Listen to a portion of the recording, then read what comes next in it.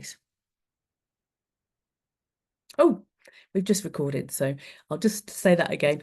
We're going through the growth strategies today, and the first of the 5 points is executing plans for revenue growth and market expansion. It has to be planned to be done. So here are the 3 major aspects of it. As a small business owner, scaling your business can feel like a monumental task, especially when you're really deeply involved in daily operations, just as you said, Thomas. But with a structured approach, you can set the foundation for a sustainable growth that your team can really be a major part of. And so I'm going to guide you through today the 3 steps that I think are really important to take. To start with, you need a really well-defined growth roadmap. Think of it as a strategic plan on how you will increase revenue and expand your business. And you need to really set realistic targets, which are stretch targets as well, quite ambitious goals.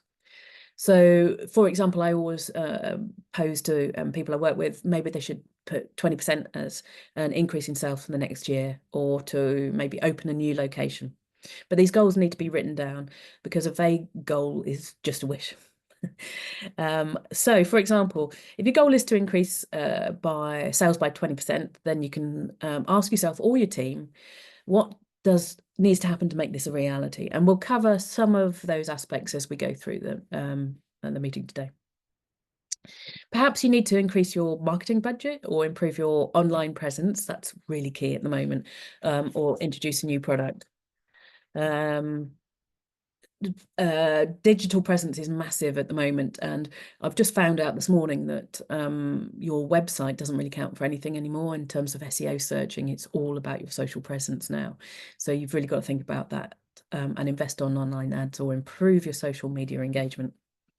So growing your business comes down to a key plan, and you need to look for new opportunities and really commit to be better than your competition. And I really would advise your team to be involved in that. I worked with a specialty food manufacturer in York, and they had 30 people in their team. They wanted to expand locally, so their expansion plan included doing market research to identify target regions near York that could be suitable for expansion. They developed a relationship with distributors in those regions and got their products into new stores. So it's the expansion through using their network. And then they did region-specific marketing campaigns. And as a result, they ended up with 50 new stockists. And they actually increased in 18 months their revenue by nearly 75%, which was just fantastic. So plan, really think about what you want as your targets for growth, and put a plan in place. And the key thing is, if you've got a team, is involve them in it and try and give them a responsibility for that. The next one we move on to is developing new products and services to increase market share. Now, this might seem like a little bit of an anachronism, because if you're going to sell your business, why would you want to develop new products and services? Well, I'd say it's the reason why you need to, because you want to make your business really exciting for prospective owners. And when they can see you in a growth trajectory, it makes your business much more attractive, which means it will sell for better value. So let's explore the critical steps to develop products and services. So the first thing is doing that market research again. So you really want to understand what your customers actually want.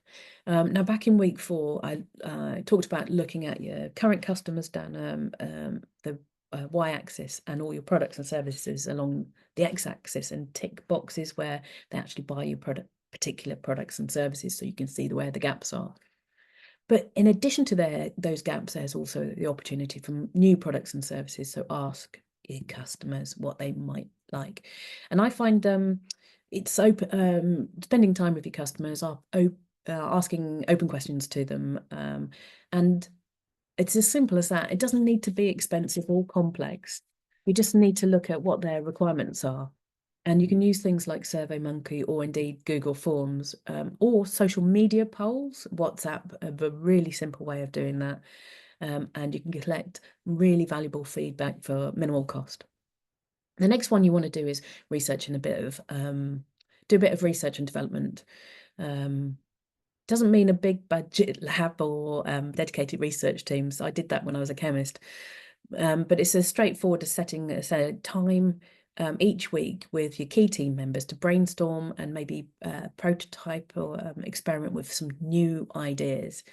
So for example, if you're a service business, investing in a new scheduling or CRM system could be just what you need to be able to enhance your customer experience and efficiency. And if you've got a up and running CRM, it makes you really attractive to potential buyers. The next one is to test and iterate your new offerings. So launching a new product or service isn't the end. It's the beginning of an ongoing improvement process.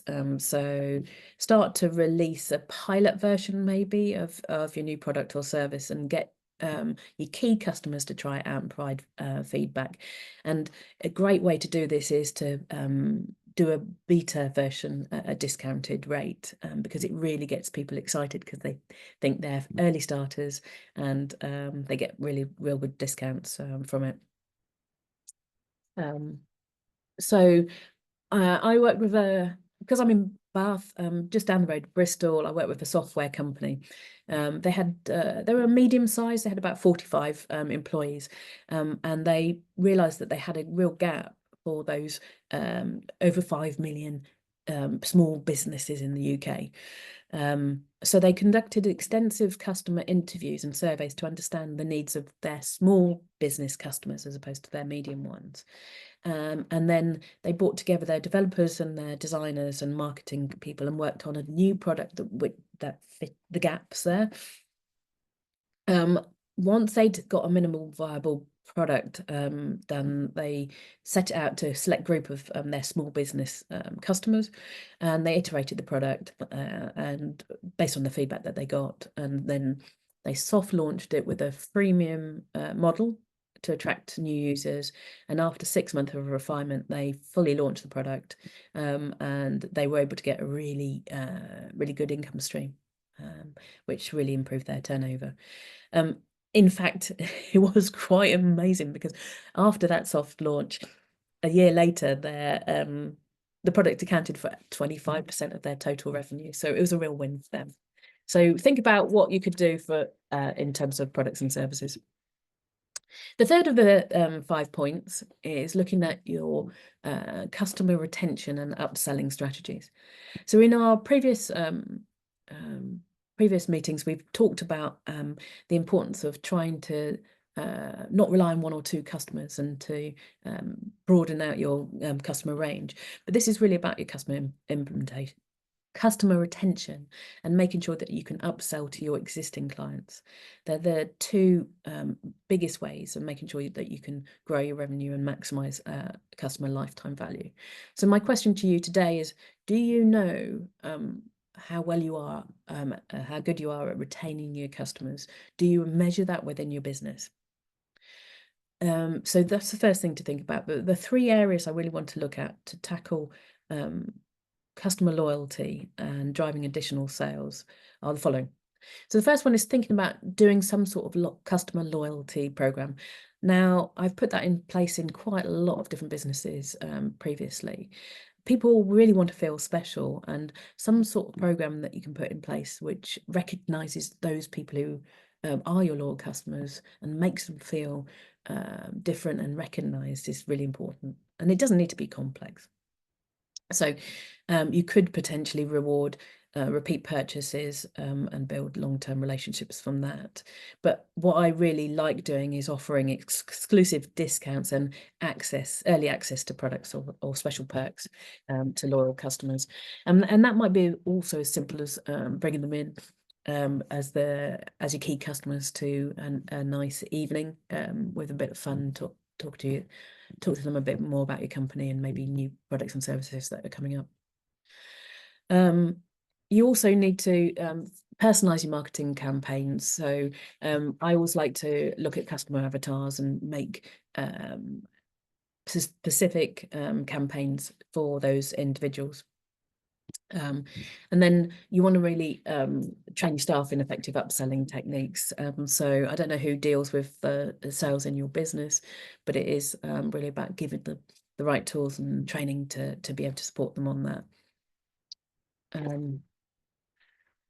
Upselling is a real art, and when done correctly, it can significantly increase your sales without making your customers feel pressurized. So it's really about training your staff on that. So, for example, if a customer is buying a product, one of your team could suggest a complementary item that enhances this their purchase. Retailers are brilliant at doing that. So if you go into buy your scones, they'll put cream and strawberries next to them so that you're encouraged to buy all three of them. And that's exactly what you want to try and look at doing in there. A lot of people cringe at it, but role-playing exercises are really the best way to train your staff to do this type of thing. So it's really important. I worked with a company in Edinburgh, which was a bookstore. They were only small. There's about 12 people who worked there, but they really wanted to look at retaining more customers, getting customers in. So their customer strategy came in several different parts. First of all, they did a loyalty card scheme. So they offered a free book to their loyal customers for every 10 books that they bought. They also put a very simple, cheap CRM system in place. So they were able to track the customer preferences. Then they were able to, based on that, send personalized book recommendations for the new books that were coming out. And they did that by email to save costs. And then they trained their staff to have more engagement with the customers and talk about their reading preferences. Then they also did a VIP program for their top 100 customers, offering early access to releases and to author discussions. And they did a monthly book club. So they opened up in the evening their bookstore to let people come in and do a book club there. It's a lot of different things, but when you're competing against someone like Amazon, you really have to have that personal touch, and that's exactly what they did. They had a 40% increase in their repeat customers and a 30% increase in average transaction value over the 12 months just by doing that. The fourth of the 5 is strategic partnerships and alliances. It doesn't expanding your business doesn't necessarily mean going alone, and you know, a strategic partnership can be a great way and a powerful tool to help you reach new markets and new customers. It can enhance your offerings and drive revenue growth. So here's 3 steps to help you if you're thinking about this. The first one is to try to identify those partners that have got complementary strengths. So some partners that can bring something unique to the table. Look at companies that can complement your business rather than being a direct competitor. So, for example, if you're a product-based business, a partnership with a logistics company could be really good to improve your delivery capabilities. If you offer a service, you could potentially partner with a tech provider who could help you enhance your customer experience with digital tools. So think about the gaps in your business or the things where you don't have the capability within your business, where a partner could potentially help. And the next one is to develop mutually beneficial partner agreements. A strong partnership is always based on trust, transparency, and aligned objectives. So when you draft your agreement for your partnership, focus on outlining clearly the roles and responsibilities of each partner in that relationship and the goals of the partnership. So you're really clear on how that will be measured. And you also want to see whether that partnership will be exclusive. Having the elements in writing might sound a little bit formal, but it really helps to prevent misunderstandings and sets a foundation and targets for a successful partnership. The final one is implementing a joint marketing initiatives with your partner. So once you've got that partnership in place, it's really good to look at campaigns that leverage both of the strengths of the company. If you pool your resources, you could potentially launch a new product or service quite successfully. I think the best way to really explain it is to give an example, which is a small digital marketing agency I work with in Manchester. They had 15 or 20 employees, but they wanted to offer a much more comprehensive range of services to their clients. Because obviously digital marketing has expanded so massively, they didn't have the expertise in all of the different areas.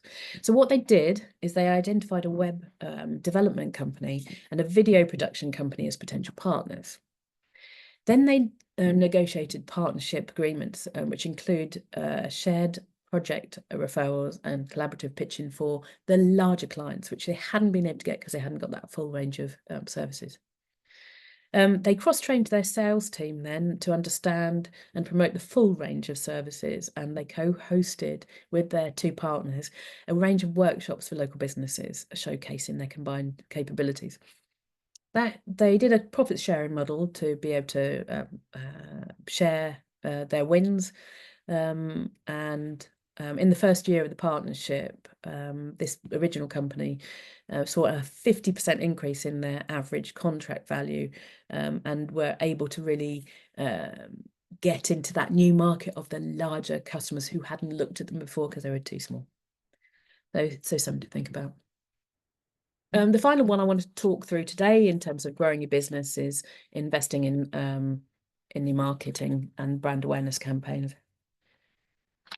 So the first thing, I think marketing is one of those ones which is most difficult in the business. They always used to say that 10% of your turnover should go to marketing, and that's actually dropped a little bit because it's much cheaper to do your marketing these days with all the social media channels that are available. But in today's competitive market, investing in marketing and brand awareness is crucial to building strong presence and attracting a loyal customer base. Even the best products and services can go unnoticed without effective marketing. So let's dive into some of the essential steps that you need to take when you're serious about growing your business, whether that is to retain it or to be more valuable when you sell it. Firstly, it's developing a comprehensive marketing strategy. This is the foundation, is having a really clear plan and a well thought out strategy. What are your goals and what do you want to achieve? If it's brand awareness, or is it driving website traffic or generating more leads, you have to be really crystal clear in terms of what you want to achieve. And then think about your customers, and the more about about their demographics, their interests, and their buying behavior, the better you can message and resonate to them. And the good news is these days, you have some really powerful AI support systems in this, which will save you time and money, because you can do some research and then they will really churn out some really good support and marketing strategy opportunities. I also have some really good processes and tools that can help you to do this yourself. Next, you want to decide on your key messages you want to convey. So this should represent your whole brand's unique proposition. What is the USP of your brand, and why should your customers choose you over your competitors?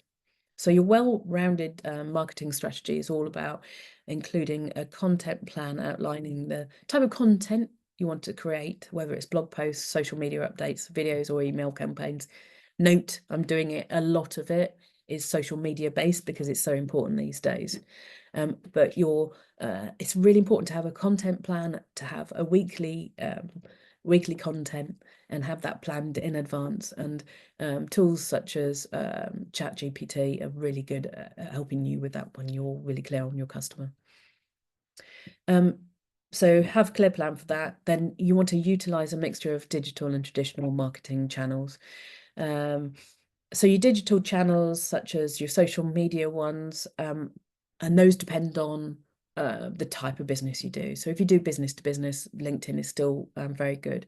But if you've got a product, TikTok and Instagram are very, very useful these days. But it also includes email marketing and search engine advertising. Because Google keep on changing the ways that they're going to promote your products and services, it's really good to actually do some consider some paid advertising. The key thing though is to regularly post really valuable content which engages your followers, and if you have got the money to put some targeted ads, do that to boost your visibility and really drive engagement. You want to try to get viral as much as possible, and regular content, but creating regular content and make sure that's once a week really pushes you up in terms of the algorithms across all social media. For traditional marketing channels, I'd like print advertising, people still do it, direct mail and local events. They can be really effective, especially locally. So if you do a lot of business in your local area, ads in local papers are still effective, but also consider things like sponsoring local events.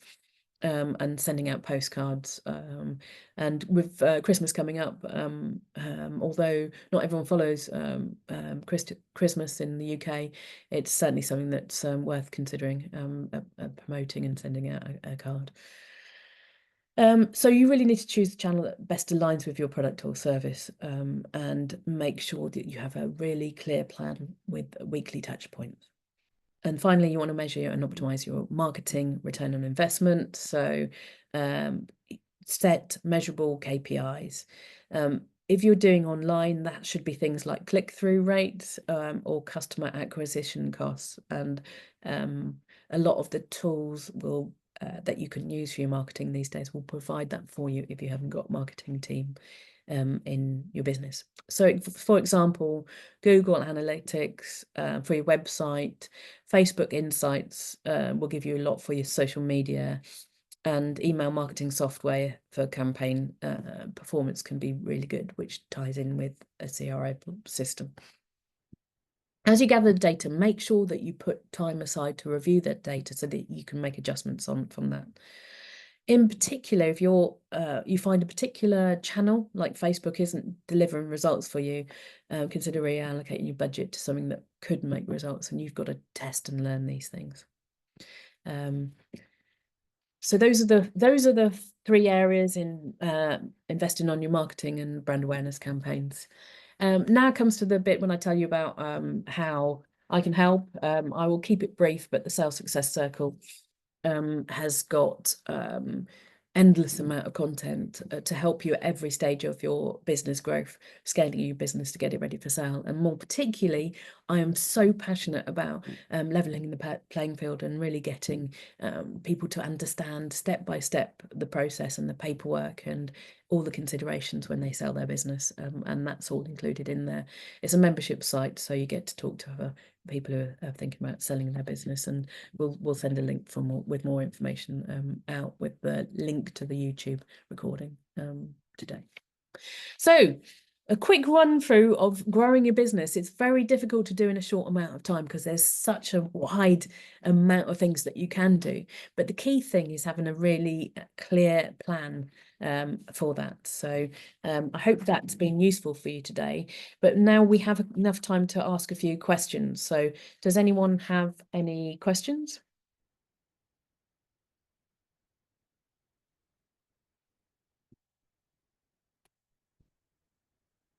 I think I got sent a couple in advance, so I'm just trying to find them here. Okay. The first question I got, which was sent through to somebody who couldn't attend today, was how can I prioritize which areas of my business to scale before selling? That's a really good point, a very good question, and it's quite broad because it really depends on your business as a whole. But here's the framework that I would think about using. Firstly, if you can highlight and really select those products or services with the highest ticket value or your highest profit, those are a really good place to start. Scaling these can really improve the bottom line for your business and make it more appealing. So for example, if you run a consultancy, You might focus on higher value specialized services rather than lower value general consulting work. So that's something to think about.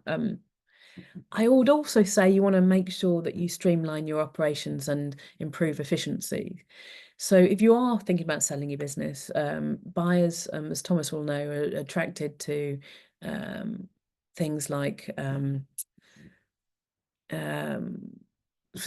automation, outsourcing, and process improvement, and making sure that you've got your SOPs that are very clear there. I really liked a case study I saw with Cobra beer, because it's beer, of course, and they streamlined their distribution processes and by partnering with different breweries in different countries, which improved their efficiency, and it really helped.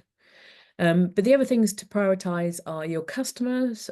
So you want to really strengthen your customer base, not rely on one or two customers, but broaden it out a little bit further, and really look at the systems and processes for retaining your customers and making them spend more money. Bloom and Wild did that. They were UK based flower delivery company. I don't know if anyone's used them, but they're very good. They prioritized customer experience and created a subscription model that improved their retention, making it more appealing to potential buyers.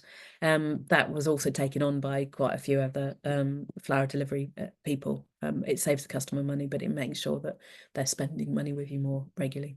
And I'd also diversify the product streams, and we talked about that today. I've got another question here, which is about the common mistake business owners make when scaling to attract buyers. Well, that's a great question because as you've seen today, there's so many things that you can do to actually scale and improve your business when you're looking to grow your business. And they're great for you now, even if you're not thinking about selling your business straight away. But the few things that I've come across is probably the first one is trying to overexpanding too quickly. It like a geographical reach or far too many products or services when you haven't got it right with some of your ones that you're doing already. A really good example of that was Byron Burger, who I used to really like, the UK burger chain that opened. They expanded really aggressively and they opened too many locations in far too short a period of time. So unfortunately they had to borrow loads of money and they effectively couldn't pay it back. There was too much financial strain and the company went bust, which was a real shame. And they had to close quite a lot of their outlets. So other mistakes, ignoring financial health and cash flow. Cash is king. About 55% of the businesses that fail in the UK is because they run out of cash. So scaling can often mean using cash. So I always try to suggest systems and processes that are really cheap so that you're not overstretching yourself, like Maplin did. I love doing DIY around the house, and Maplin's was a great company for this. But they really struggle with cash flow issues, and it really hindered their ability to adapt to things like Amazon coming along and offering the same products. And ultimately, they closed, so I'm not able to get my products from there anymore. The other one is failing to document processes. You've got a secret sauce inside you, and as a business owner, very often I find that these are things that are kept within that business owner, and then they leave, or the key person within their team who's really aware of that process leaves. So that is your value. Get your standard operating processes in place. It sounds complicated, but there's actually some really good AI these days where it records you running through a process, and it then creates that process for you. And I suppose the last one in terms of mistake is lack of buyer perspective. So many owners will scale their business with only personal goals in mind rather than considering what buyers value. And that's really, of course, that's very easy thing to do because your business is your baby and it's very easy to see it from your perspective rather than others. But you've got to try to think about the buyer in mind. So as an example, if you focus on just your sales growth, it's no good unless it translates into profitability. So you need to make sure that if you're doing more sales, you're thinking about the profitability at the same time. Recurring revenue is a really good one as well. So we've talked about subscriptions, and that's a great way of getting recurring revenue. Operational efficiency is really important, and team independence is really important. So start to try to think of it from the perspective of the buyer rather than yourself.